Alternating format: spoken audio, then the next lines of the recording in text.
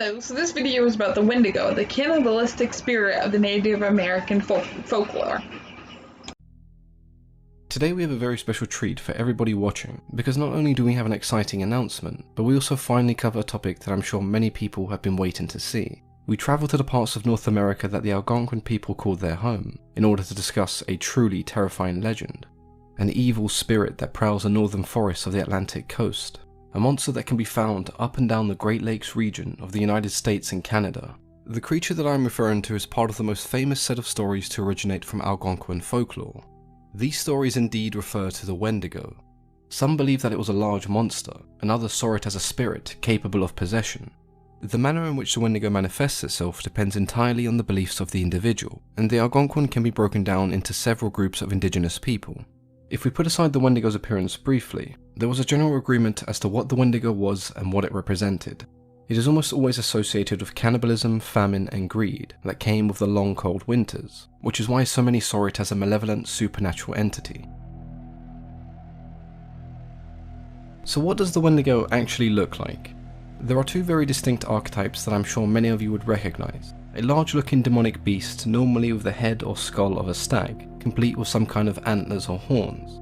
This type of Wendigo is one that has become quite popular today, and it's an image that I'm sure many of you recognize from a lot of popular media. But this particular image seems to be a more modern interpretation. I remember seeing this imagery when first watching the TV show Hannibal, which of course has its own underlying themes of murder and cannibalism. At the time I didn't really understand the Wendigo symbolism, because I didn't really know much about the Wendigo and its own association with cannibalism and acts of evil. So why does this version of the Wendigo have antlers and fur reminiscent of a stag? Sadly, I couldn't really find a conclusive answer. There isn't much mention of the Wendigo's appearance in traditional Algonquin folklore, and what we do see certainly doesn't describe a stag, so there could be some confusion between the concept of the Navajo skinwalker, or this very well could be a modern stylistic interpretation. Either way, the stag is an animal that appears in folklore all around the world, though it's normally associated with woodland deities and fertility. It's also an animal that the Native Americans highly respected. So if we do go with the concept that the Wendigo was seen as a symbol of corruption, the fact that it then manifests as an animal that the natives held in such high regard makes it seem as if nothing is safe from the Wendigo's curse, which does highlight the seriousness of the warnings and meanings interwoven into these stories.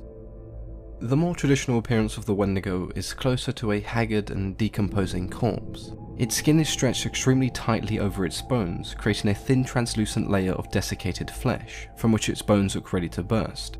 Its complexion varies from a sickly white to an ashy grey. It has long spindly fingers with sharp nails that it uses to tear its victims into pieces. The easiest way to describe this type of Wendigo is as a gaunt skeleton that looks like it has risen from the grave.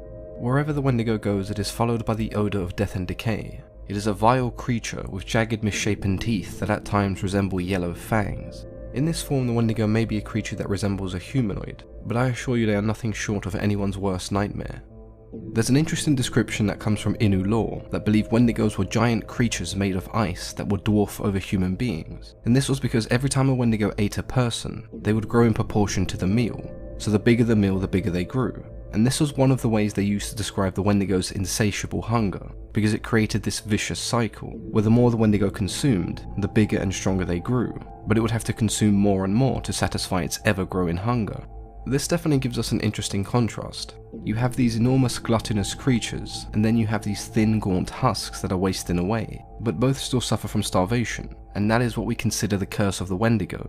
Its hunger can never be sated, its quest for new victims is eternal.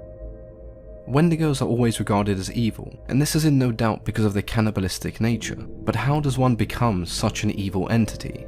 There is the belief that humans could turn into Wendigos if they were overcome by greed. These stories are told as a way to encourage moderation and essentially scare individuals into behaving a certain way. Those who committed unspeakable acts of cannibalism were also thought to become Wendigos, and this belief is where many attribute the start of the Wendigo legend. There were, however, extremely dark times where famine was so bad that people had no choice but to resort to cannibalism just in order to survive and make it through the long cold winter.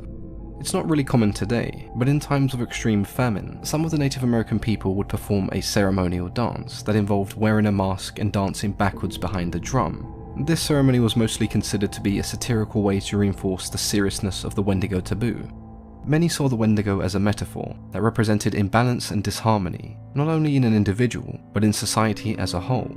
This idea of selfishness does also tie in with the fact that Wendigos were seen as solitary creatures, often being referred to as spirits of the lonely places. So what makes the Wendigo so special, and why are we so scared of them? The possession of a Wendigo isn't like your generic spirit or demon. It chooses its victim very carefully and slowly eats away at their sanity. It enters their thoughts and plagues their mind with countless nightmares. Unable to sleep, they start experiencing a burning sensation throughout their entire body. This has been described as Wendigo fever, and there have been countless tales of people running stark naked through forests at the dead of night, claiming that they have Wendigo fever.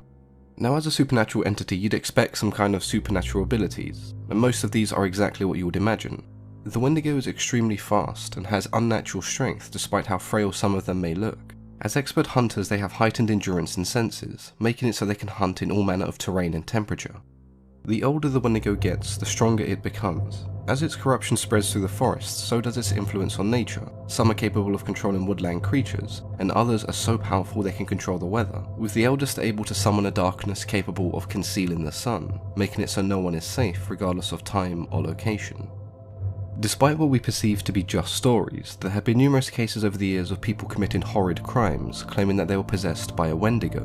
In 1878, a Native American man named Swift Runner butchered and ate his entire family. That winter was said to have been particularly harsh, and Swift Runner's son had sadly died because of the extreme conditions. Now, we don't know if Swift Runner and his family ate the boy to survive, but the mutilated remains of his wife and 5 other children were later found. He eventually confessed to killing and eating his entire family, but he was adamant that his actions were due to a Wendigo possession. So did devouring his son turn him into a Wendigo? Did he butcher his family because he felt they wouldn't survive the winter? Or did he value the self-preservation of his own life over his family's? The answer to those questions we'll most likely never know. Another rather famous case is that of Jack Fiddler and his brother Joseph, who were arrested for the murder of over a dozen people. As the chief of his people, Jack was thought to be capable of removing evil, which is why he got away with killing so many, claiming that they were all possessed by a Wendigo. Jack managed to escape captivity during a routine walk outside, and he eventually hung himself before the trial came to a conclusion. His brother Joseph, however, wasn't so lucky. He was sentenced to death by Magistrate Ellsworth Perry. Despite the numerous appeals of his innocence, Joseph, ironically enough, was eventually given a pardon, but it came 3 days after his death in 1909. These type of cases led people to believe that it might be a more serious mental issue, one that would later be dubbed Wendigo psychosis, the deep craving for flesh. But whether it was a real mental disorder is something that was heavily debated, as the number of reported cases decreased dramatically in the 20th century, when the Algonquin people adapted European ideologies and began to live less rural lifestyles. There's no doubt that the Wendigo myth has changed and evolved over the years. It's now become another monster that reflects our own issues as humans: greed, selfishness, and in some extreme or metaphoric cases, cannibalism. It's unlikely that many of the Native American tribes still believe in the legends of the Wendigo as adamantly as they once did. To them, the Wendigo was an evil spirit that embodied everything they hated. It can be interpreted as a symbol of corruption, from what they perceive to be outsiders, changing their landscape and the beliefs of their people. Stories of the Wendigo were used as a way to encourage a balanced lifestyle and respect for one's peers and the world surrounding them. A creature with insatiable hunger, a spirit capable of possession, or a story meant to encourage cooperation and warn against the dangers of greed? You decide. Before we do end today's video, I'd like to tell you about our new series of short stories that I'll be publishing over the Christmas and New Year period in the build up to our book release. The stories themselves are in a completely different universe and part of an entirely separate project, but I feel like it's a great opportunity to show you the style of writing, as the author of the stories is also the co-author of the book. It's also really nice to give you guys a sneak peek into the future projects that we are in fact working on. For those who've been asking me to narrate more stories and creepypastas, I'm sure this is a series that you will definitely enjoy.